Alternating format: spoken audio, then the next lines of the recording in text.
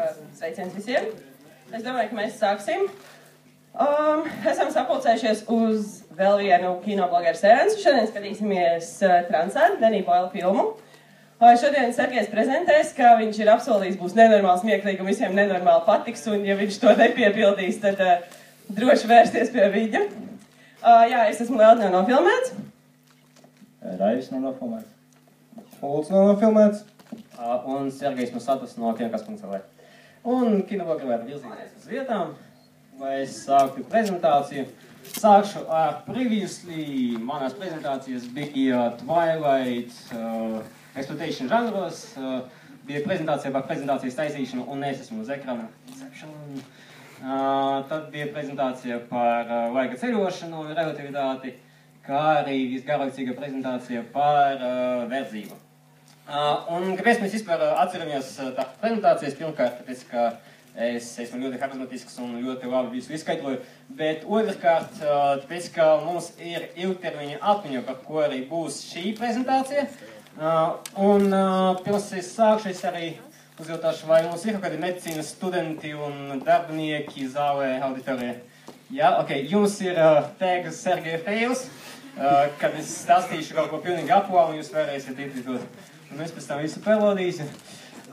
Un es sākšu par mūsu smadzenēm un par mūsu atmiņu no Pītera Džeksona. Un pirmkārt atmiņu var sadalīt vispār trijos veidos. Tā ir maņu atmiņa, īstermiņa atmiņa un ilgtermiņa atmiņa. Un maņu atmiņa ir balstīta uz mūsu 5 sajūtām. Redze, dzirde, smarža, taustiens un garša, un ja mums ir vēl 6. sajūta, tad mēs redzam mirušo Brusu Willisu.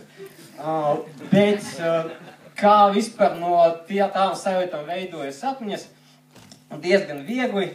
Sākumā mums ir neirosistēma, kur atspoguļojas mūsu redzes sajūtas visās. Tad nonāk neironas, ar kuriem ir elektrosignāls, tad viņš caur sinapsēm veido ķīmiskas reakcijas, un tad veidojas atmiņas. Speak English, Doc. We ain't scientists. Es gaidīju no jums to, es pilnīgi uzstādīju jums joku. Nu labi, tad es izskaidrošu mazliet lēnāk, kas tad īsti ir neirosistēma un neironi. Mans mākslas darbs Paintā. Tie ir neironi, ja kāds neatpazīst. No tiem sastāv mūsu smadzenes, un kā tas process notiek no mūsu smadzenēm. Visas neirosistēmas sastāv no neironiem, bet viņi nav tā kā viena gara virkne. Viņi ir sadalīti mazākos gabuļos, un lai mūsu sajūtas vispār signalizētos mūsu smadzenēs, tad sanāk tā, man liekas, ka es kļūstu skaļāk, ja? Tad sanāk tā, ka no viena neirona uz otru neironu iet elektrosignāls un veidojas ķīmiska reakcija starp neironiem, tie zaļie punktiņi, lai vispār tos neironus paturētu kopā. Un ja mēs veidojam to elektrosignālu un veidojam kopā divus neironus savienojumu, tad veidojas arī atmiņas par kaut kādu notikumu vai par faktu, kuru mēs dzirdējam. Bet ja tie punktiņi ir diezgan vāji un mazā daudzumā, tad vispār veidojas tikai īstermiņa atmiņa, un par to es sākumā arī pastāstīšu. Balsoties uz filmu 51st Dates, vienu no labām Adama Sandlera filmām, un te ir vajadzētu pēdiņus ielikt labām. Un kā vispār zinātnieki dabūja šo faktu par to, ka ir neironi un ka ir ķīmiskas reakcijas starp to, tur bija iesaistīts daudz žurkas, daudz Pikachu reakcijas ar elektrošoku, un pēc man būs arī secinājums par šo zinātnieku faktu.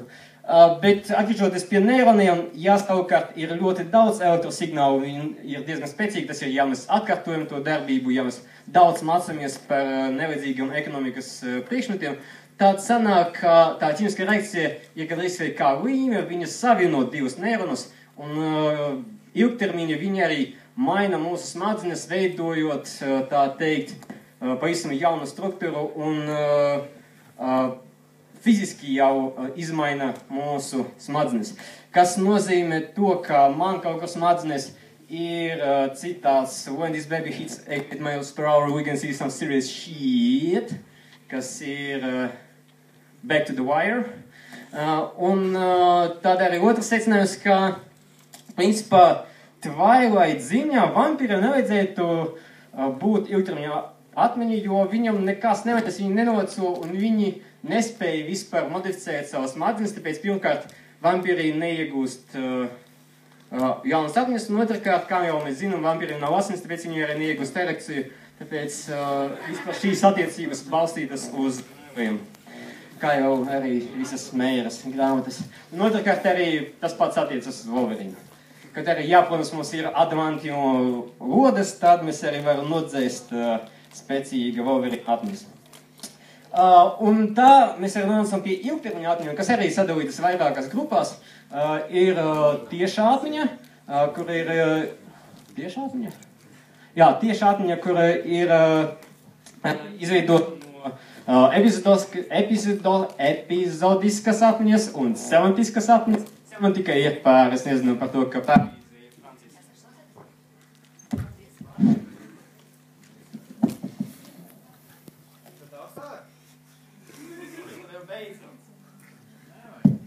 Es cerēju, ka es to drop the mic uztaisīšu mūvu, bet tas jau mikrofons savojāts mazliet nogas. Ir sadalīts vai nu pret semantiku, vai nu pret epizodisko atmiņu.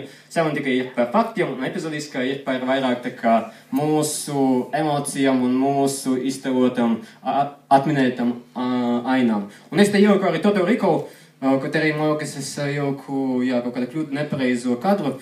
Es ieliku Total Recall, jo tur arī bija tā feature, ka viņam ielika jaunas epizodiskas atmiņas. Un otrā kategorija ir netieša atmiņa, kurus mēs iegūstam netiešā veidā, kuru mēs iemācīmies kā braukt ar ritini, kā braukt ar mašīnu, peldēt diezgan reakcijas veidā, un te es pieliktu bildu ar Keanu Reevesu, kurš uzreiz var iemācīties kung fu, kaut arī viņš neatceras, kā viņš to iemācīs.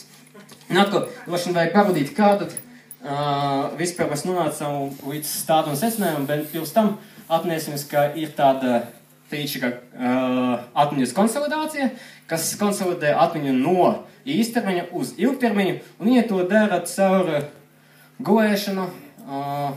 Tas gulēšana palīdz, jo gulēšanas laikā mēs visu laiku atceramies, par ko mēs tikko iemācījāmies, par ko mēs, mēs nevinējam World of Warcraft spēli, un mēs uzminam un iemācījāmies jaunus trikus, un tas tīpaši palīdz netieša atmiņa, tas ir iemācīties kung fu.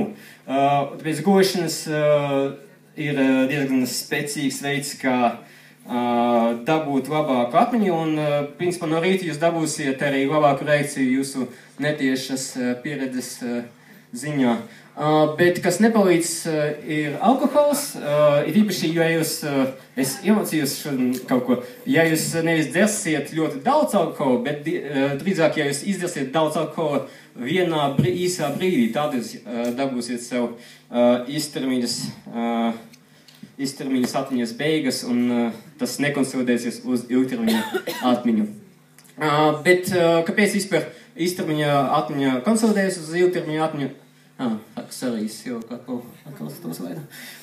Tas darbojas caur hipokampus, tādu orgānu sadaļu smadzenes. Un to nosauc par hipokampus, jo it kā hipokampus ir seahorse un ir līdzīgs seahorse, kaut arī man liekas vairāk ir līdzīgs aliens. Jā, var apolē, jā.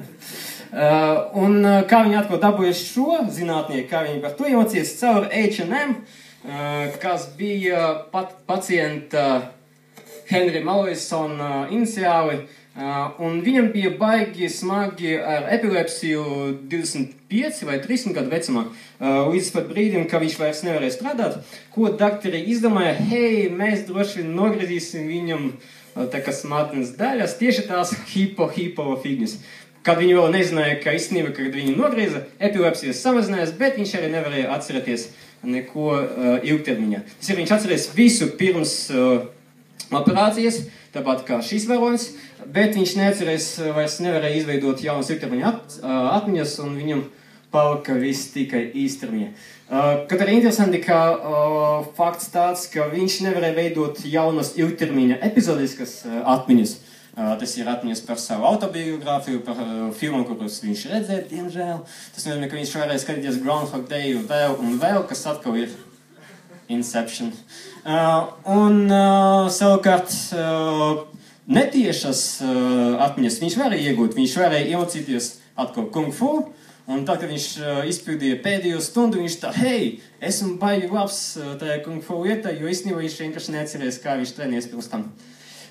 Un tā, man liekas, daži secinājumi par to, par visu pastāstīto. Pirmkārt, daktori ir traki. Atkal hashtag Sergei Fails. Otrkārt, ja mums būs nevis pērtiķu sacelšanas, bet pēles sacelšanas, Splinters, Jerry, Pink and the Brain, tad mums būs sūdi. Treškārt, es izterēju vairāk laika, kad veidoju šo prezentāciju, nekā es izterēju laika, veidoju savu tēzes prezentāciju. Un pieckārt, četvrkārt, ka tagad jūs ilgtermiņā ir Twilight bilde. You're welcome. Science bitches. Un jā, beigsim ar Goslingu 25. aprīlī būs filma Placed Beyond the Pines. Un vēl mums novadīs Gosling festu, kur es arī tagad aicināšu, jo mums sāksies labākā daļa prezentācijas jautājumi, īpaši ar dzirta animāciju.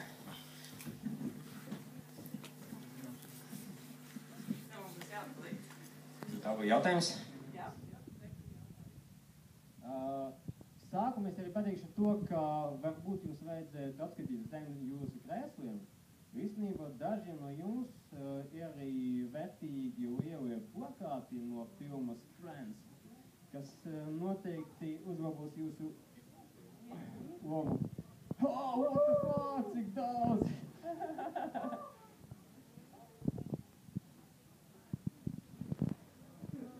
Bet atbildot uz mūsu nevisai grūtajiem jautājumiem, kā jau vienmēr, jūs varēsiet iegūt vēl foršākus plakātus no Harija, ekskluzīvus trends plakātus. Un mēs arī līdz sāksim uzdot jautājumus.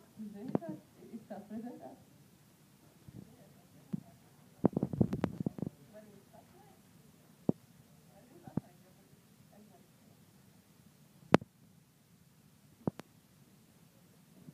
Kamēr jūs priecājaties par plakātiem, mēs menedžējam.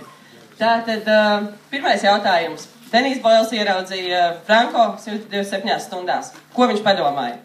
Lūdzu ar rokām, tā kā skolā. Jā, šeit. Tā bija viņa otra doma. Jā, tātad, vēl Džeims Franko pašiem kādas asociācijas var būt. Es varbūt ieteiktu atminētas filmas Spring Breakers un Pineapple Express. Jā, hint. Jā, šeit.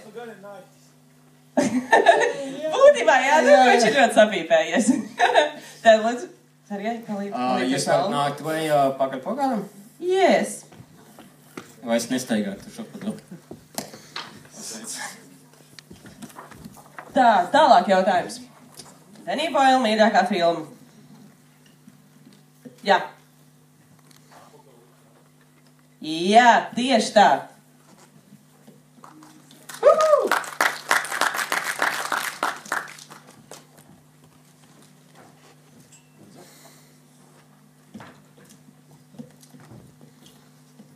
Tas ir jā.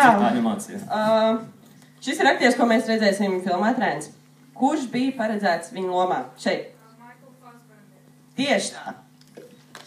Jā, es saku, mums baigi viegli tie jautājumi. Baigi viegli.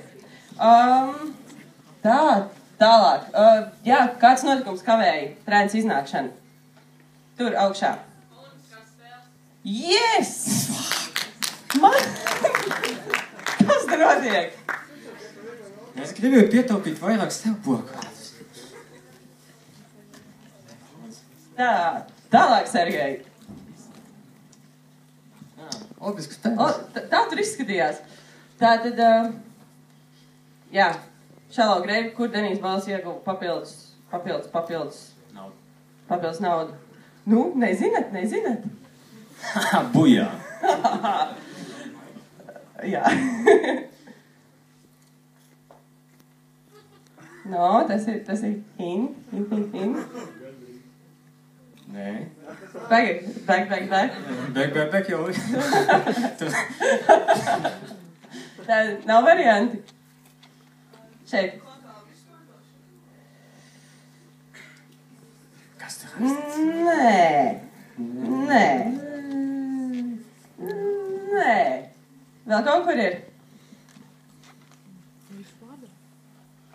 Jūs padodaties? Man viens plakastīgs. Yes. Paliek viens plakāts. Tātad viņš, jā, ok. Viņš pārdeva filmā redzamās mēbeles. Ne Jārdsēlā. Tāpēc tā.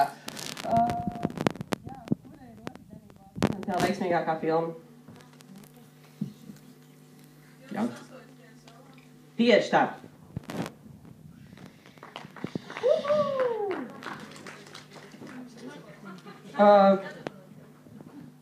Jā, tātad mēs esam pārliecinājušies, ka Ģirds māk rīkoties ar PowerPoint ļoti labi, tāpēc mēs drīziem liksim arī vadīt prezentāciju.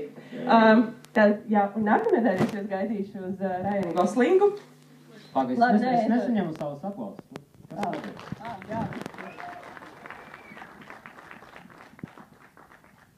Jā, tad tiekamies nākamnedēļ. Skatāmies filmu.